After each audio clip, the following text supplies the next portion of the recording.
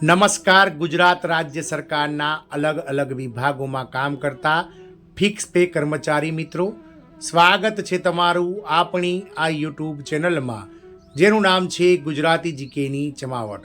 તો ગુજરાત રાજ્ય સરકારના ફિક્સ પે કર્મચારી મિત્રો દ્વારા વર્ષ 2012માં જે હાઈકોર્ટ દ્વારા આ ફિક્સ પે કર્મચારીઓ માટે જે ઐતિહાસિક ચુકાદો અપાયો હતો, તે ચુકાદાને લઈ અને છેલ્લા 14 વર્ષથી સુપ્રીમ કોર્ટમાં જે સરકારે એસપીએલ દાખલ કરેલી છે, તેની રાહ જોવાઈ રહી છે. આપ સૌને જણાવી દઈએ કે ગુજરાત રાજ્ય સરકારમાં વર્ષ 1998થી વિદ્યા સહાયક ભરતી દ્વારા જે છે તે આ ફિક્સ પે પ્રથા અમલમાં મૂકવામાં આવી હતી.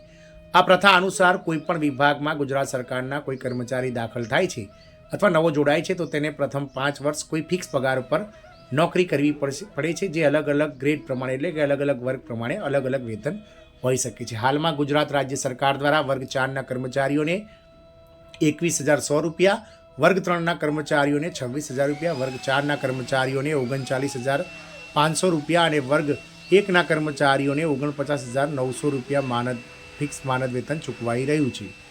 તો છેલ્લે વાત કરીએ તો વર્ષ 1998માં શરૂ થયેલી આ જે ફિક્સ પે પ્રથા છે, તેના વિરોધમાં ફિક્સ પે કર્મચારીઓ જે છે તે હાઈકોર્ટમાં ગયા હતા અને ગુજરાત હાઈકોર્ટ દ્વારા વર્ષ 2012માં આ કર્મચારીઓની તરફેણમાં એક ઐતિહાસિક ચુકાદો અપાયો હતો, જેમાં રાજ્ય સરકારને ટકોર કરાઈ હતી કે આ અંગ્રેજ અમલદારશાહી ફિક્સ પે પ્રથા બંધ કરવી જોઈએ અને કર્મચારીઓને પહેલા દિવસથી જ કાયમી ગણવા જોઈએ.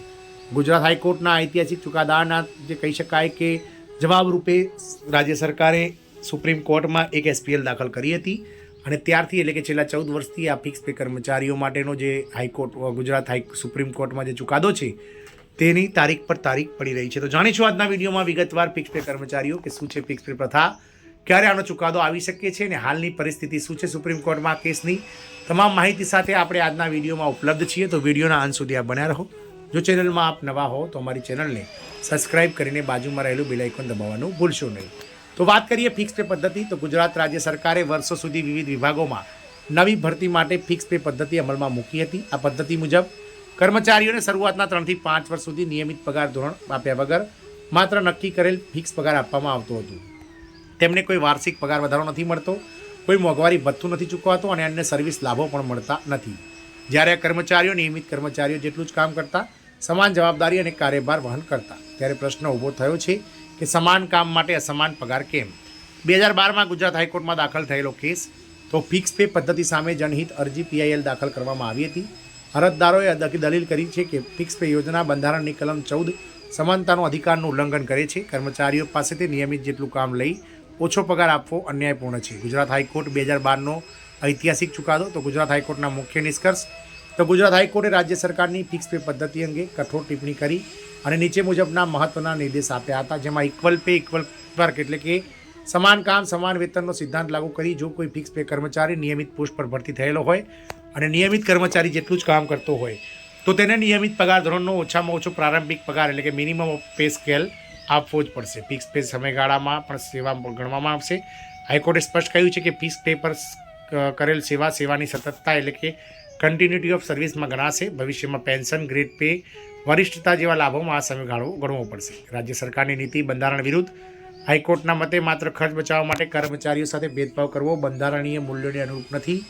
રાજ્ય સરકાર કર્મચારીઓને અસ્થાયી કહીને તેમના મૂળભૂત અધિકારોને છીનવી શકે છે. હાઈકોર્ટના ચુકાદા બાદ રાજ્ય સરકારની પ્રક્રિયા, તો ગુજરાત હાઈકોર્ટના વર્ષ 2012ના ફિક્સ પે કર્મચારીઓની તરફેણના ચુકાદા બાદ રાજ્ય સરકાર આ ચુકાદાથી અસહમત રહી. રાજ્ય સરકારની ચિંતાઓ વધી. જો ચુકાદો અમલમાં આવે તો હજારો કર્મચારીઓનો મોટો આર્થિક લાભ આપવો પડે, સરકાર પર ભારે નાણાકીય ભાર પડે. ફિક્સ પે યોજના સરકારની નીતિગત નિર્ણય છે એવી દલીલ રાજ્ય સરકાર દ્વારા સુપ્રીમ કોર્ટમાં એસપીએલ દાખલ કરવામાં આવી. રાજ્ય સરકારે વર્ષ 2012માં જ આ ચુકાદાને તરફેણમાં એટલે કે વિરુદ્ધમાં સુપ્રીમ કોર્ટમાં જે છે તે સ્પેશિયલ લીવ પિટિશન એટલે કે SLP દાખલ કરી. રાજ્ય સરકારની મુખ્ય દલીલો: ફિક્સ પે કર્મચારીઓ નિયમિત કર્મચારી નથી, તેની ભરતી ખાસ શરતો સાથે થઈ છે, ઇક્વલ પે ઇક્વલ વર્ક દરેક કેસમાં આપમેળે લાગુ નથી પડતું, આ નીતિ સરકારનો વહીવટી નિર્ણય છે. સુપ્રીમ કોર્ટમાં કેસની સ્થિતિ દીર્ઘકાલીન વાત કરીએ તો આ કેસ ઘણા વર્ષોથી સુપ્રીમ કોર્ટમાં પેન્ડિંગ છે. વચ્ચે સુનાવણીઓ, તારીખો અને સરકાર અને કર્મચારીઓની દલીલો ચાલતી રહી છે. અત્યાર સુધી હાઈકોર્ટના ચુકાદા પર અંતિમ સ્ટે રદ કરવાનો સ્પષ્ટ ફાઇનલ ચુકાદો જાહેર થયો નથી. તેથી આ મુદ્દો હજી પણ કાનૂની રીતે અનિર્ણિત એટલે કે સબ જ્યુડિસ કહી રહ્યા છે.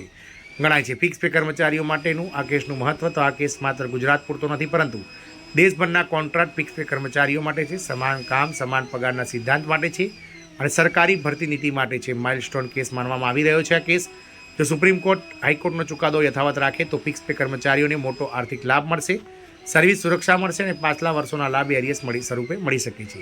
ફિક્સ પે યોજનાની વાત કરીએ ટૂંકમાં તો ફિક્સ પે યોજના વર્ષ 2005થી 11 સુધી ગુજરાત રાજ્યના અલગ અલગ વિભાગોમાં કાર્યરત હતી. ગુજરાત સરકારે વિવિધ વિભાગોમાં નવી ભરતી માટે 3 થી 5 વર્ષ ફિક્સ પે યોજના અમલમાં મૂકી હતી. નિયમિત પગાર હોવા છતાં ઓછો પગાર, કોઈ ડીએને, કોઈ વાર્ષિક વધારો નહીં, કર્મચારીઓમાં અસંતોષ વધ્યો હતો. તો વર્ષ 2012માં ગુજરાત હાઈકોર્ટ દ્વારા જે છે તે આપણે ઉપર વાત કરી તે પ્રમાણે ચુકાદો અપાયો હતો. વર્ષ 2012માં જ કેન્દ્ર સરકારે જે રાજ્ય સરકારે SLP સ્પેશિયલ લીવ પિટિશન દાખલ કરી હતી, જેમાં સરકારે ફિક્સ પે કરાર આધારિત કર્મચારીઓને કાયમી કરવાને લઈ અને જે છે તે નકારી કાઢી હતી અરજી. 2013થી 17માં સુપ્રીમ કોર્ટમાં વારંવાર તારીખો સુનાવણીઓ ટળી છે. વચ્ચે અન્ય રાજ્યોના સમાન કેસો ઇક્વલ પે વિષયક ચુકાદાઓ પણ ગુજરાત ફિક્સ પે કેસમાં અંતિમ ચુકાદો નથી આવ્યો. વર્ષ 2018 પછી કેસ વધુ લંબાયો છે. ફિક્સ પે કર્મચારીઓની સંખ્યા વધતી ગઈ. કેટલાક વિભાગોમાં સરકારે આંશિક સુધારા કર્યા, પણ કોર્ટ કેસ ચાલુ જ રહ્યો. આ સમયગાળામાં કર્મચારીઓમાં ફરીથી અસંતોષ છે. 23 થી 25ની વાત કરીએ તો વર્ષ 2023 થી 25ની હાલની સ્થિતિમાં વાત કરીએ તો મહત્વપૂર્ણ હકીકત એ છે કે સુપ્રીમ કોર્ટ તરફથી હાઈકોર્ટના ચુકાદો રદ થયો નથી. સંપૂર્ણ રીતે કોઈપણ જાતનો અમલ કરવાનો આદેશ પણ થયો નથી. તેથી કાનૂની રીતે કેસ હજુ સબ જ્યુડિશ એટલે કે ચાલતી કાર્યવાહી ગણાશે. જો સુપ્રીમ કોર્ટમાં હાઈકોર્ટનો ચુકાદો માન્ય રાખે તો ફિક્સ પે કર્મચારીઓને શક્ય લાભ તો નિયમિત પગાર ધોરણનો લાભ, ફિક્સ પે સમયગાળો સેવામાં ગણાશે, સિનિયોરિટી માટે પણ આ સમયગાળો ગણાશે. ભવિષ્યમાં પેન્શન, ગ્રેજ્યુટી માટેના જે લાભો છે તે મહત્તમ મળશે. મોટા પ્રમાણમાં એરિયસ પાછલા બાકી રકમ ચૂકવાશે. જો સરકારના પક્ષમાં ચુકાદો આવે તો ફિક્સ પે યોજના કાયદેસર ગણાશે. ભૂતકાળના લાભ મળવાની શક્યતા ઓછી, પરંતુ સરકાર પર નીતિગત દબાણ વધ રહેશે. સંભવિત રીતે નવી સુધારેલી યોજના આવી શકે. ફિક્સ પે કર્મચારીઓએ શું ધ્યાનમાં રાખવું જોઈએ? કોઈ અફવા પર તમારે ધ્યાન ના આપવું જોઈએ અને ફક્ત હાલમાં સુપ્રીમ કોર્ટમાં જે કેસ ચાલી રહ્યો છે તેના પર જે છે ધ્યાન રાખવું જોઈએ. આગામી ફેબ્રુઆરી મહિનામાં સુપ્રીમ કોર્ટમાં આ ફરીથી ફિક્સ પે કર્મચારીઓ માટેના જે કેસ છે તેની સુનાવણી થવાની છે. જોવાનું એ રહે છે કે આ વખતે સરકાર જે છે તે સરકારી વકીલ કોઈ અન્ય કામમાં વ્યસ્ત હોવાના કારણે હાજર રહેતા નથી અને આ કેસમાં તારીખ પર તારીખ પડી રહી છે. ગુજરાત સરકાર તરફથી જે વકીલ હાજર રહેવાના છે તેવા વકીલ હાજર રહેતા ન હોવાથી સુપ્રીમ કોર્ટે ફેબ્રુઆરી 2026માં જે છેલ્લો ચુકાદો છે, છેલ્લી સુનાવણી છે, તે વખતે જો ગુજરાત રાજ્ય સરકાર તરફથી વકીલ હાજર નહીં રહે તો તેનો ચુકાદો સંભળાવી દેવામાં આવશે, તેનો જે જજમેન્ટ આપી દેવામાં આવશે અને જે હાઈકોર્ટ દ્વારા સ્ટે હટાવવામાં આવે છે તે સ્ટે હટી જશે તેવી જાહેરાત કરવામાં આવી છે. જય હિન્દ, અસ્તુ.